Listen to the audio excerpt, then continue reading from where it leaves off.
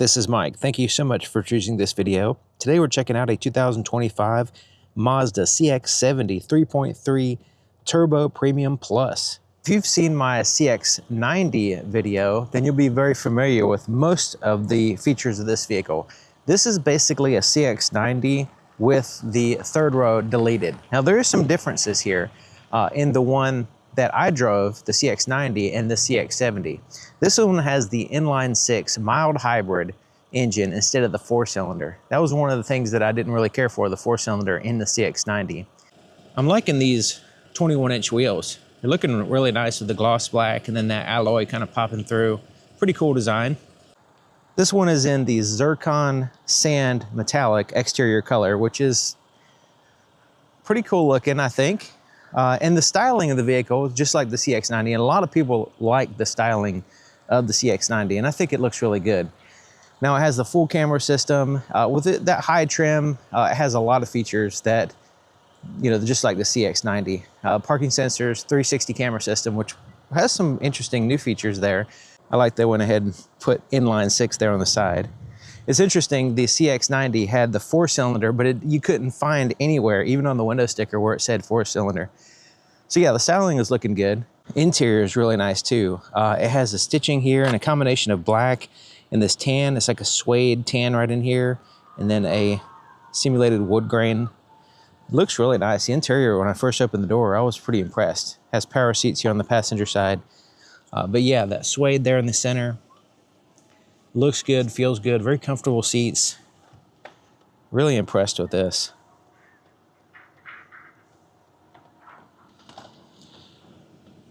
Has a pretty good amount of space here.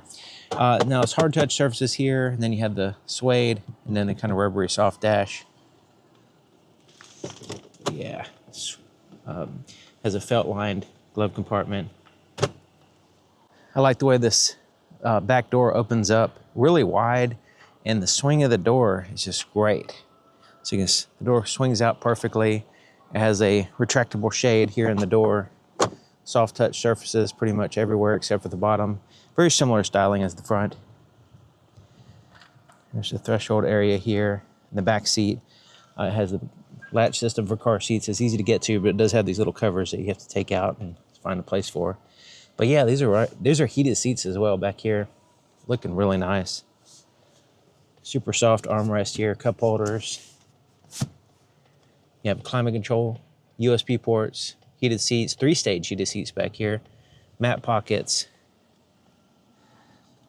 So yeah, this back seat area is nice, especially considering you know, you can recline the seats a little bit and you have a ton of cargo space because we don't have a third row. You can see the fuel doors here on the driver's side.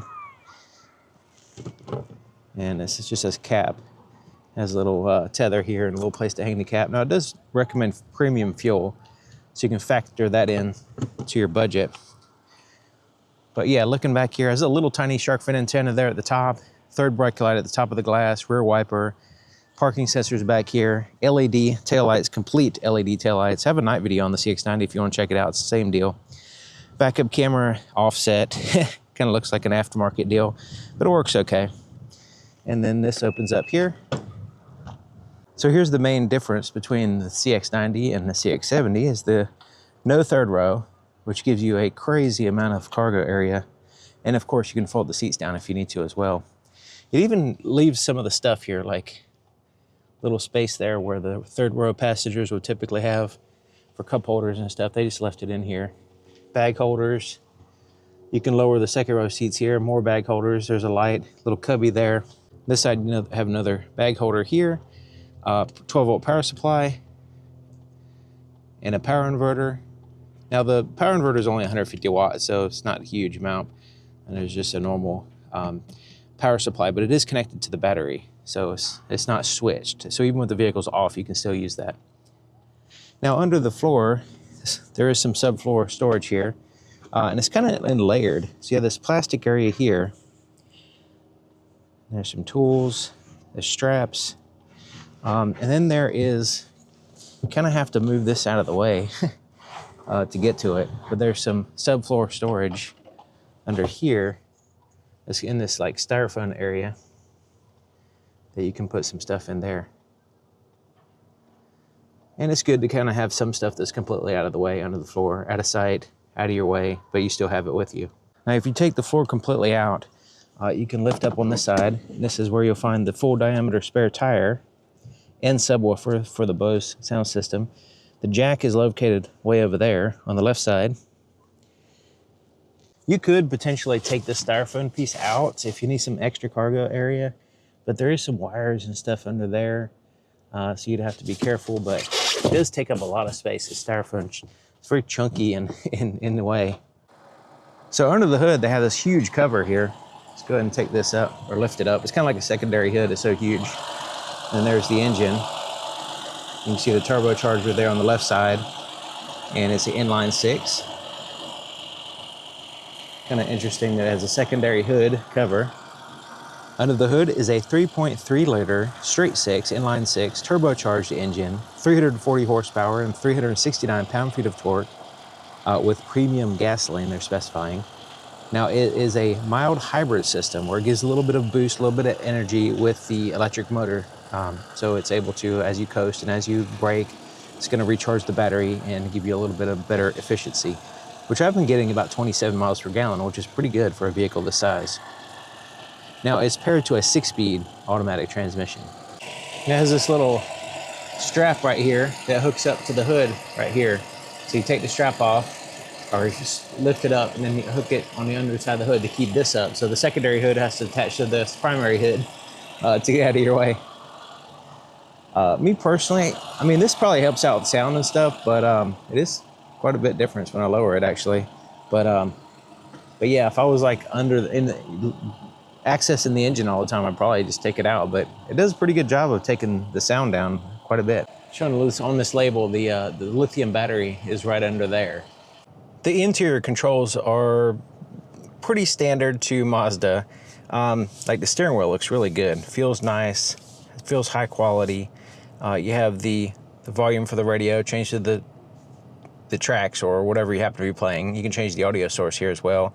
You have separate buttons for the answering and hanging up on the phone there, which I like having separate. Also, this first one is the voice recognition as well. Cruise control is over here. Now it has a lane keep assist system, which works fairly well. I'm very impressed with it.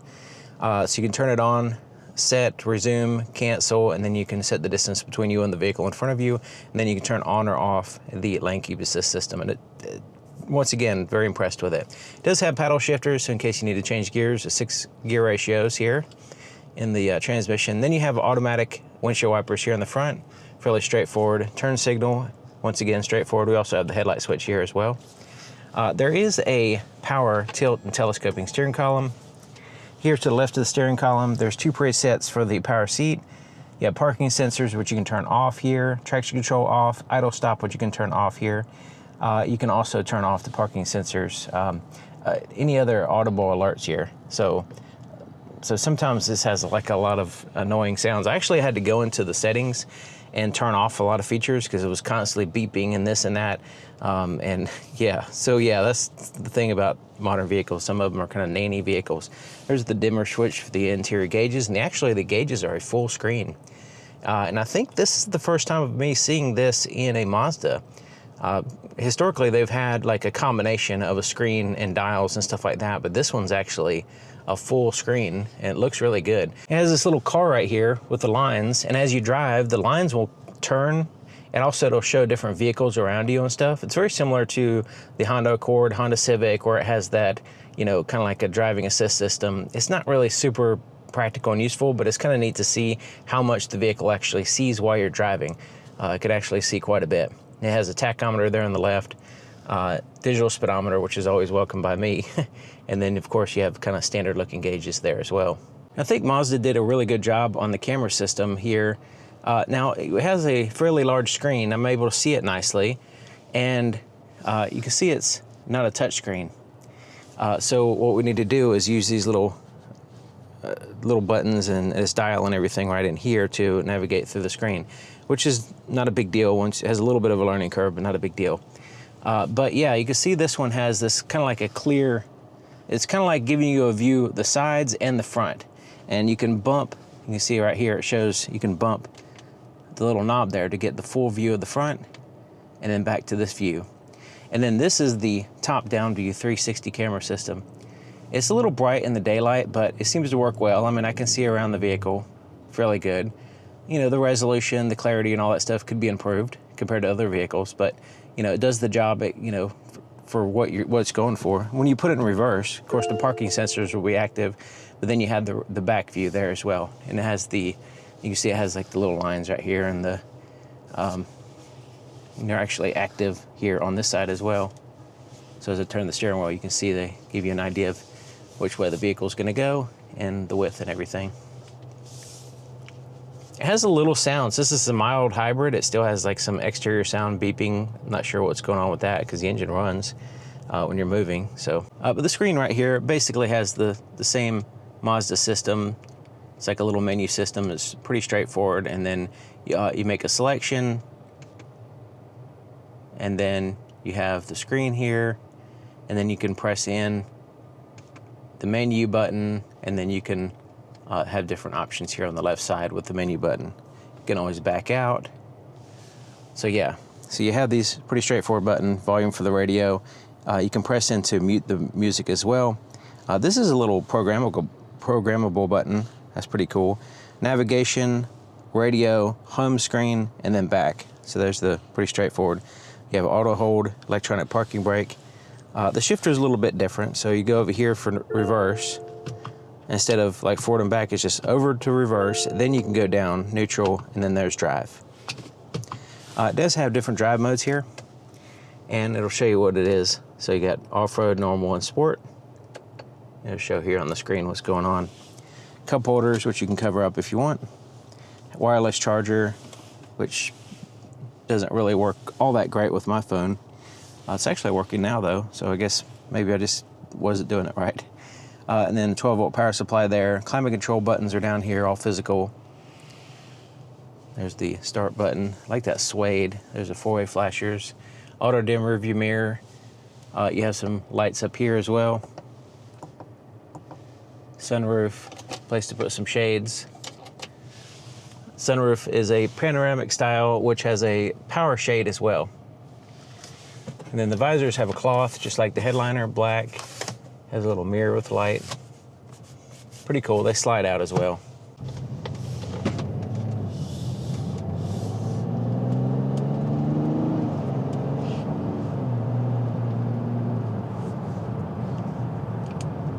The Inline 6 is a lot more enjoyable to drive in this vehicle than the four-cylinder, you know? So even though the four-cylinder is, the one I drove was a plug-in hybrid, it just isn't, it wasn't very satisfying, you know, driving a big vehicle with that four-cylinder, and I guess the hybrid system wasn't as, I don't know, it just didn't like work out the way I expected.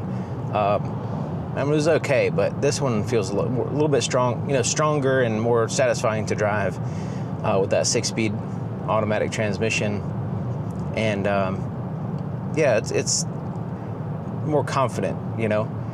The lane keep assist system is working a lot better too than a lot of other Mazdas. Some Mazdas work well, some of them don't. This one is in the work well category for sure, and it has it displayed on the screen. It's kind of neat where it shows that it sees the lines, but it also shows what's around the vehicle as well, other cars, and especially if you're on like a highway or something, it shows the different, you know, lanes and also vehicles around you. Pretty cool.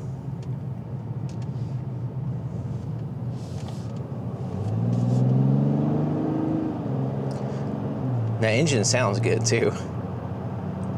Not overly loud, but when you accelerate, you can have, you know, it's just a nice sound to the engine.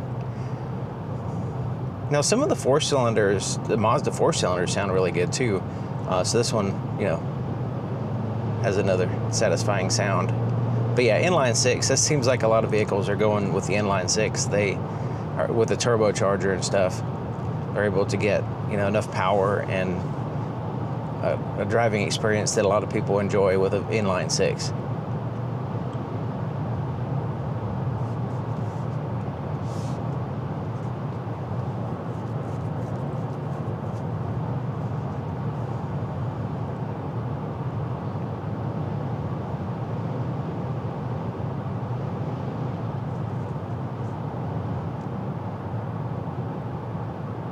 So I don't know if you can tell, but on the heads-up display it's showing the car in front of me, but it also shows it down here on the screen as well. It's showing that there's a vehicle there, and I can set the distance a little bit further, so we can kind of bump it out a little bit, so that way we're not so close.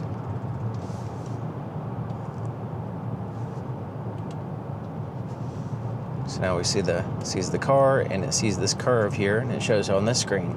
Heads-up display just stays normal. It doesn't have the curvy roads, but the screen down here has the curves in the road. It shows the vehicles around you, and you know, like I said, it's not really super like practical as far as using it as a driving aid. Really, it just makes you feel good that the vehicle can see all these different things. Just kind of let you know what the vehicle is seeing and not seeing, basically. In this case, the relevant information is that I'm on a 2-lane road, which you can see. There's a vehicle in front of me, and the road is, you know, curving and stuff. So it's able to, you know, see those relevant information.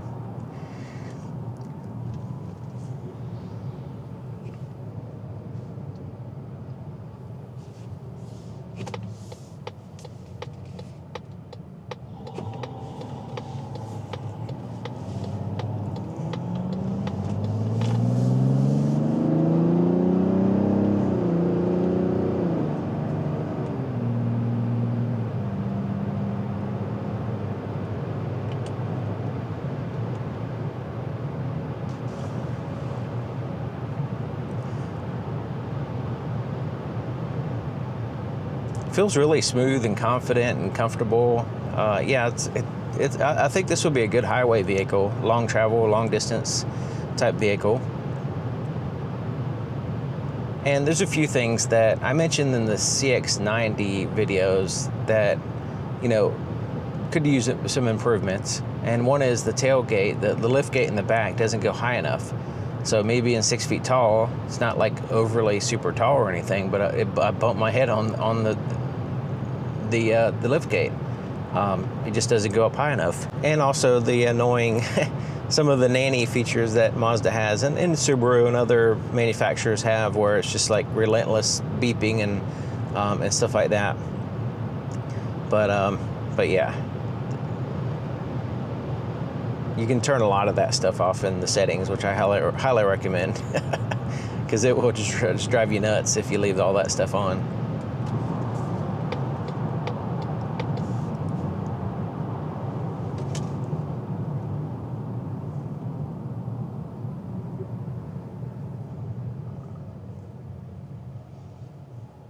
In the mild hybrid system, I mean, it's really not really noticeable. The idle stop I have it turned off, but when it's on, it starts up fine.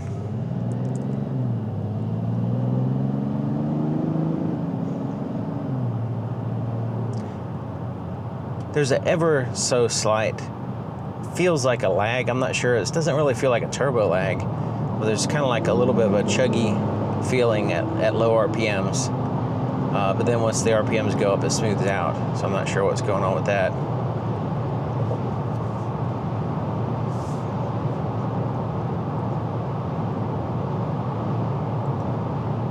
But yeah, I'm pretty impressed with the lane keep assist system. So I don't know if you can tell, there's a little shadow right there showing that it sees that vehicle right there.